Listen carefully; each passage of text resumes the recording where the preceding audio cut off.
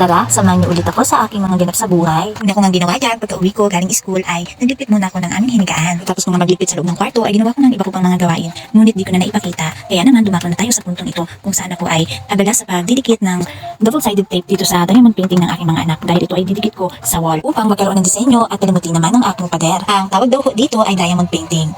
Cute at maganda ho ito kaya nagustuhan kong idikit na lang para gawing disenyo. At pagkatapos ko nga ho pala sa aking mga ginawa dyan, ay pumunta naman ako dito sa kusina para nang sa ganun ay mailagay ko na itong bigas na binili ng asawa ko. Meron nga rin ho palang dalang chicken dyan yung asawa ko. Ito nga po pala yung aming uulamin ngayong tanghalian.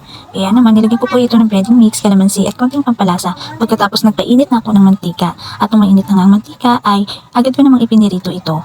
At kapag ako nga ho pala nagpiprito ng chicken ay talaga namang hinihiwaan ko to o ginuguntingan dito sa ibabaw para nang sa ganun ay maluto ng maayos at walang matirang hilaw. Kaya ayan guys, sarap na sarap kami kapag kumakain na. Dahil yung chicken na niluluto ko talagang lutong-luto at malasa. Kaya naman gustong-gusto ng aking mga anak. At pagkatapos ko nga magluto ng aming pananghalian, ay pumunta na ako sa school para sunduin ko ng aking dalawang anak. Una ko nga palang sinundo dyan ay ang anak kong babae. Sumunod naman yung anak kong lalaki. Pagkatapos pag-uwi namin ay kumain na rin kami agad dahil gutom na rin yung mga bata. Pagkatapos namin kumain ay naghugas na ako. At habang naghuhugas ako dyan ay sinabihan ko ng mga bata na pumasok na sa loob, huwag takbo ng takbo at magpahinga na. At nung matapos na nga ako, dyan ko sila, ayun, tulog na siguro dahil sa pagod.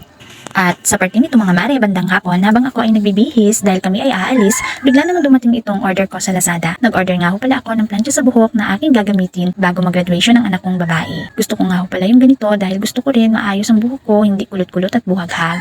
Kaya naman, ayan, agad kong chinek kung okay ba o hindi. Dahil okay ito, ay nagustuhan ko talaga ito. Katapos, ready na ang lola nyo magpakuha ng video sa aking supportive na asawa. Upang sa ganun, ay meron naman akong mapagpilian ng aking gagawing thumbnail dito sa video ito. Tapos kung maganda-gandahan dyan, ay sunod ko naman kinuhaan ng video ang aking asawa. Sabay nga ako palang dumating ang parcel namin mag-asawa dyan. Kaya naman habang nag-unbox siya, ay binibidyohan ko. Dahil nung nagbukas naman ako ng parcel ko, ay binidyohan niya rin ako. Para magkasundo kami, walang away at gulo. Mini welding machine nga ho pala ang in-order ng asawa ko dyan. Dahil gagamitin niya ho ito sa paggawa ng grills para sa aming bintana. Natutuwa at nagpapasalamat nga kami dahil natuloy na nga makuha ng asawa ko ang first loan niya sa SSS. At dahil sa SSS, nakabili kami ng mga bagay na ganito. Masaya nga po pala kaming mag-asawa dyan at nagpapasalamat sa Diyos dahil natupad na namin bilhin ang aming mga gustong gamit na matagal na namin pinag-isipan. Kaya naman, hindi na po kami manghihiram sa iba dahil ang hirap po talaga manghiram. May maririnig ka po talagang hindi maganda at nahihirapan din po magpahiram ang may-ari. Kaya naman, sinikap po namin mag-asawa ang makabili ng ganito. Nabili nga po pala namin itong portable mini welding machine sa Lazada sa halagang 2,607. Bukod kasi sa magaan ito at pwedeng dalhin kahit saan ay tipid pa sa kuryente. Dumako naman po tayo dito kung saan lumabas kami para pagupitan ko ang anak kong lalaki. At pagkatapos ko nga pagupitan siya ay dumaan kami dito sa sikat na kainan na kilala sa tawag na Mang Inasal. Sayang-masaya nga po dyan ang dalawa kong anak dahil kakain sila sa Mang Inasal.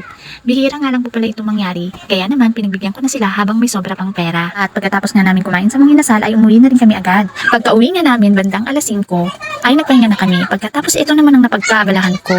Kumuha nga pala ako ng baso dyan at ginupit ko ng paganito. Pagkatapos nilagyan ko na ng mga pagkain pang bata at nilagyan ko nga rin pala ng design yung gagawin kong handle ng basket na ito. Kaya naman, ayan, napakaganda at cute ng nagawa ko. Talagang nagustuhan ng anak ko.